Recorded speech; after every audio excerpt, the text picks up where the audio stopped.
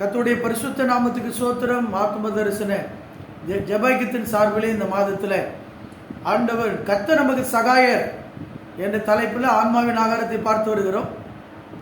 ஆண்டவர் எப்படி நமக்கு சகாயம் பண்ணுகிறார், அந்த சகாயத்தை பெறுவதற்கான வழி என்ன என்றால், நீங்கள் மத்தேயு சுவிசேஷம் 9ஆம் அதிகாரம் 6ஆம் வசனத்தில் மார்க் 2:10 நீங்கள் பார்த்தீங்கன்னா, ஒரு திமிர்வாதக்காரனை 4 பேர் தூக்கிட்டு வராங்க.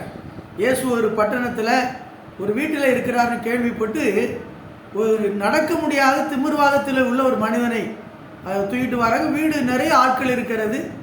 அப்போ இயேசு கிறிஸ்துக்கு சமீபத்தில் அந்த மனிதனை கொண்டு போக வழி இல்லை. ஏன்னா வீடு உள்ளேயும் வெளியும் ஆட்கள் இருக்கிறது.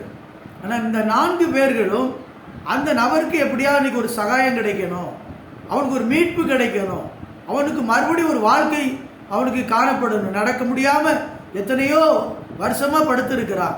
அப்போ அவன் எழுப்பி நடக்க வேண்டும் அப்படின்னு சொல்லிட்டு அந்த வீட்டின் மேற்கூரையை பிரித்து அந்த திமிர்வாதக்காரனை படுக்கையோடு இயேசு கிறிஸ்துக்கு முன்பாக இறக்கினார்கள்.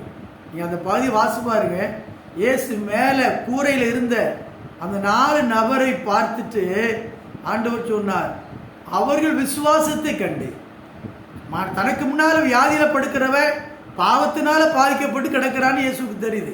இவன் செஞ்ச அக்கிரமம் துன்மார்க்கம் அவனுடைய கெட்ட வாழ்க்கையினால இந்த சூழ்நிலை தள்ளப்பட்டான்.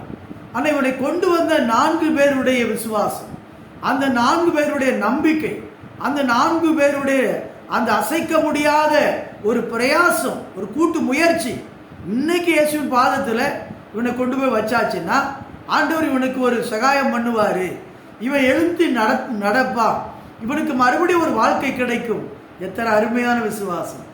ஏசு அண்ணாந்து பார்த்து அவர் அந்த 4 பேருடைய விசுவாசத்தை கண்டு கீழே தனக்கு முன்னால வியாதியோடு படுத்திருக்கிற திமிர்வாதக்காரனை பார்த்து, மகனே, உன் பாவங்கள் உனக்கு மன்னிக்கப்பட்டது, நீ எழுந்து உன் படுக்கை எடுத்துக்கொண்டு உன் வீட்டுக்கு போனார்.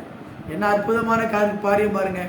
உங்க விசுவாசம் உங்க குடும்பத்தார கட்டாய ரட்சிக்கும். கர்த்தராகிய இயேசு கிறிஸ்துவை விசுவாசிங்க, அப்பொழுது நீங்களும் உங்க வீட்டாரும் ரட்சிக்கப்படும்.